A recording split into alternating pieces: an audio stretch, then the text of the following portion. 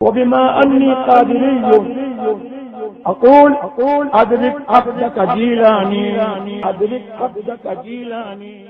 آج یہ تحریکیں بہت تیزی سے پنپ رہی ہیں اور پھر عقید توحید، عقید رسالت کے بعد جو عقید ولایت و خلافت و صحابیت ہے اس پر اس طرح سے اٹیک کیا جا رہا ہے، اس لیے کہ اسلام دشمن طاقتیں سمجھتی ہیں کہ عقید توحید ہو یا عقید رسالت ہو، سچا عقیدہ اگر امت تک پہنچا ہے تو صحابہ کی مقدس کوششوں سے ہی پہنچا ہے، ان کی تعلیمات کے ذریعہ ہی ہم تک دین پہنچا ہے.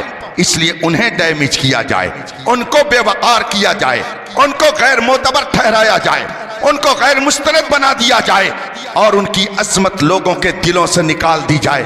عقیدہ صحابیت کے خلاف اس وقت پوری دنیا میں یلغار ہے. ایران سے لے کر ہندوستان تک نہ جانے کتنے لوگ اس تحریک کا حصہ بن کر اور آپ کے درمیان سنی بن کر آپ کے عقیدے کو برباد کرنے کی کوشش کر رہے ہیں. 1400 سال سے جو مسلمات ہیں، جو مسلم عقیدے ہیں، ان عقیدوں کو خراب کرنے کے لیے نہ جانے کیسی کیسی بولیاں بولی جا رہی ہیں.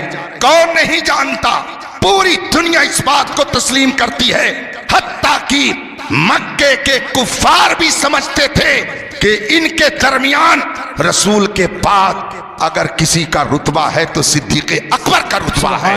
کیا آپ کو نہیں معلوم ہے کہ جب میدان احد میں مسلمانوں کو ایک موقع پر ہزیمت ہوئی، شکست کا بظاہر سامنا کرنا پڑا، تو ادھر سے جو کفار مکہ کا سردار تھا اور کمانڈر ان چیف تھا جنگ میں، جو کمانڈری کر رہا تھا، اس نے پکارا اور کہا کہاں ہے محمد؟ اس نے یہ آواز لگائی. میرے آقا نے صحابہ سے کہا جواب مت دینا، جواب مت دینا، بیٹھے رہو، خاموش رہو. اس نے کہا کہاں ہے محمد؟ این محمد؟ این محمد؟ رسول پاک نے کچھ نہیں کہا. صحابہ سے فرمایا خاموش رہنا. اور پھر اس کے بعد میں اس نے کیا کہا؟ اس کے بعد اس نے کس کو پکارا؟ وہ کہتا این ابو بکر، این ابو بکر، ابو بکر کہاں ہیں؟ ابو بکر کہاں ہیں؟ گویا مکے کے کفار بھی یہ سمجھتے تھے محمد عربی کے بعد ان کا جانشین اگر کوئی ہے تو ابو بکر کی ذات ہے. مکے کے کفار بھی یہ تسلیم کرتے تھے محمد عربی کے بعد اگر ان کا کوئی جانشین ہے اور ان کے دین کو فروغ بخشنے والا ہے تو ابو بکر کی ذات ہے. مگر کیسے کلمہ پڑھنے والے ہیں؟ 1400 سال کے بعد آج ابو بکر صدیق کی عظمت پر نشان لگانے کی ناپاک کوشش کر رہے ہیں. مگر یاد رکھیں ان کی عظمت کا سورج 1400 سال سے چمک رہا ہے اور انشاءاللہ صبح قیامت تک چمکتا رہے گا. خاک ہو جائیں یدو جل کر مگر ہم تو رضا، دم میں جب تک دم ہے ذکر ان کا سناتے جائیں گے. رسول پاک صلی اللہ علیہ وسلم کی وہ مقدس جماعت جنہوں نے اپنے تن من دھن کی بازی لگائی، پوری دنیا کے اندر اس جماعت جیسی کوئی جماعت نہیں، ان افراد جیسے دوسرے افراد نہیں. اس مقدس جماعت کے ایک ایک جیالے کا کارنامہ اگر آپ پڑھیں تو آپ محبت کے آنسو کے علاوہ اور کچھ نہیں گرا سکتے ہیں. یہ صدیق اکبر، اللہ اکبر، حضرت سیدنا علی مرتضی رضی اللہ تعالیٰ عنہ، نگاہ ولایت، نگاہ صحابیت سب دیکھ رہی تھی ان کی کہ کیسے کیسے فتنے پیدا ہوں گے اور میرا نام لے کر کیسے لوگ صحابہ کی عظمت پر نشانہ لگانے کی کوشش کریں گے. اس لیے بہت سارے فتنوں کو تو حضرت سیدنا علی مرتضی رضی اللہ تعالیٰ عنہ نے اپنی زبان پاک اور اپنے ارشاد مبارک ہی سے ختم کرنے کی اسی وقت کوشش فرما دی. حضرت علی رضی اللہ تعالیٰ عنہ نے صحابہ کے درمیان ایک موقع پر پوچھ لیا بتاؤ تم میں سب سے بہادر کون ہے؟ صحابہ میں سب سے زیادہ بہادر کون ہے؟ یہ کس نے پوچھا؟ حضرت علی رضی اللہ تعالیٰ عنہ نے. آپ ہی نے پوچھا بتاؤ ہم میں سب سے زیادہ بہادر کون ہے؟ صحابہ نے کہا، موجودین نے کہا سب سے زیادہ بہادر آپ ہیں. حضرت علی مرتضی رضی اللہ تعالی عنہ نے فرمایا میں سب سے زیادہ بہادر ہوں، میں تو ہمیشہ اپنے مقابل سے لڑا ہوں، اپنے مقابل سے لڑا ہوں، میرے سامنے جو آیا وہ میرا مقابل تھا، میرا ہم پلہ تھا۔ یہ کون سی بہادری ہے؟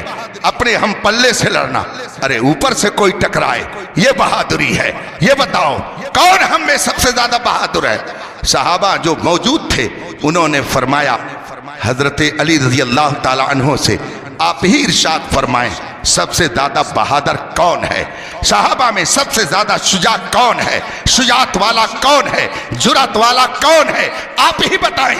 حضرت علی مرتضیٰ رضی اللہ تعالیٰ عنہ ارشاد فرماتے ہیں ہم میں سب سے زیادہ بہادر شخصیت کا نام ابو بکر صدیق ہے۔ لوگوں نے پوچھا وہ کیسے؟ کہا میں تو ہمیشہ میدان جنگ میں گیا تو میرے مقابل جو آیا میں اس سے لڑا، لیکن جنگ بدر کے موقع پر رسول کریم صلی اللہ علیہ وسلم کے لیے ایک عریش بنائی گئی، جھوپڑا بنایا گیا تاکہ دھوپ سے اور گرد و غبار سے رسول پاک محفوظ رہیں، اور اللہ کے رسول اس میں جلوہ گر ہوئے۔ اب بات یہ آئی کہ کون یہاں پہ کھڑا ہو کر کے رسول پاک صلی اللہ علیہ وسلم کے لیے محافظ دستے کی حیثیت سے کام کرے گا؟ کون دروازے پہ کھڑا ہوگا کہ دشمن کا تیر آئے، اکیلے آئیں، پورے قافلے کے ساتھ آئیں، پورا لشکر آئے؟ کون ہے جو سب سے مقابلہ آرائی کرے گا؟ حضرت علی مرتضیٰ رضی اللہ تعالیٰ عنہ ارشاد فرماتے ہیں ما دنا منا احد، ہم میں سے کوئی آگے نہیں بڑھا، ہم میں سے کوئی آگے نہیں بڑھا، اس لیے کہ سب کے سامنے کفار مکہ کا لشکر تھا، ان کی طاقت تھی، ان کی فوج تھی، ان کا اسلحہ تھا، ہم میں سے کوئی آگے نہیں بڑھا کہ حضرت رسول کریم صلی اللہ علیہ وسلم کے اس خیمے کے سامنے دروازے پر کھڑے ہو کر ہر دشمن کے مقابلے کے لیے تیار ہو جائے۔ ما دنا منا احد، ہم میں سے کوئی آگے نہیں بڑھا۔ اگر کوئی شخصیت آگے بڑھی تو ابو بکر صدیق کی شخصیت تھی۔ یہ کون کہہ رہا ہے؟ یہ حضرت علی مرتضیٰ مولائے کائنات فرماتے ہیں۔ تو جس کو مولائے کائنات سب سے بہتر کہیں، سب سے زیادہ بہادر کہیں، سب سے زیادہ فضل والا کہیں، رسول پاک کے بعد سب سے بہتر کہیں، علی کی محبت کا تقاضا یہ ہے کہ علی جس کو سب سے افضل کہیں،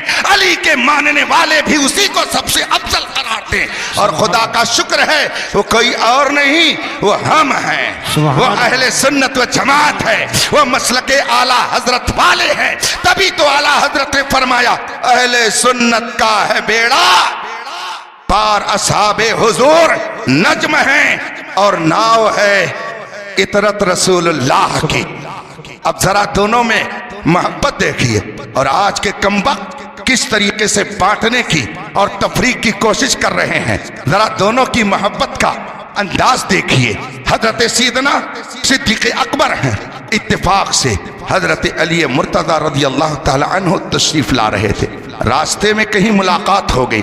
حضرت صدیق اکبر رضی اللہ تعالی عنہ نے دیکھ کر کے مسکرانا شروع کر دیا، محبت میں مسکرانا شروع کر دیا، اور اس کے بعد فرمایا علی آپ کو مبارک ہو۔ کہا کیوں مسکرا رہے ہیں؟ کیا مبارکبادی آپ دے رہے ہیں؟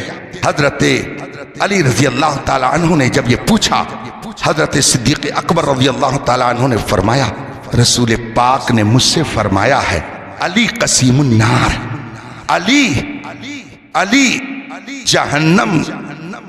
جہنم بانٹنے والا، یعنی جو علی سے دشمنی کرے گا علی اس کو جہنم کا ٹکٹ دے دیں گے، اور جو علی سے محبت کرے گا اسے جنت کا ٹکٹ دیں گے۔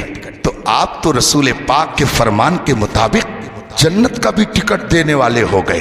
سبحان اللہ، آپ کو رسول پاک نے جنت کا ٹکٹ دینے والا بتایا ہے، اس لیے آپ کی اس خوش نصیبی کو دیکھ کر کے سن کر کے مجھے خوشی ہو رہی ہے۔ آپ نظر آ گئے، اس لیے میں خوشی میں آپ کو دیکھ کر مسکرا بیٹھا۔ یہ کون کہتا ہے؟ حضرت صدیق اکبر فرماتے ہیں، حضرت علی فرماتے ہیں سبحان اللہ آپ کو بھی مبارک ہو، سبحان اللہ آپ کو بھی مبارک ہو۔ کہا مجھے کیا مبارک؟ حضرت علی فرماتے ہیں آپ سے رسول پاک نے وہ فرمایا کہ کہ علی جنت کا ٹکٹ دیں گے، مگر مجھ سے رسول پاک نے فرمایا اسی کو جنت کا ٹکٹ دینا جس کے دل میں ابو بکر کی محبت ہوگی۔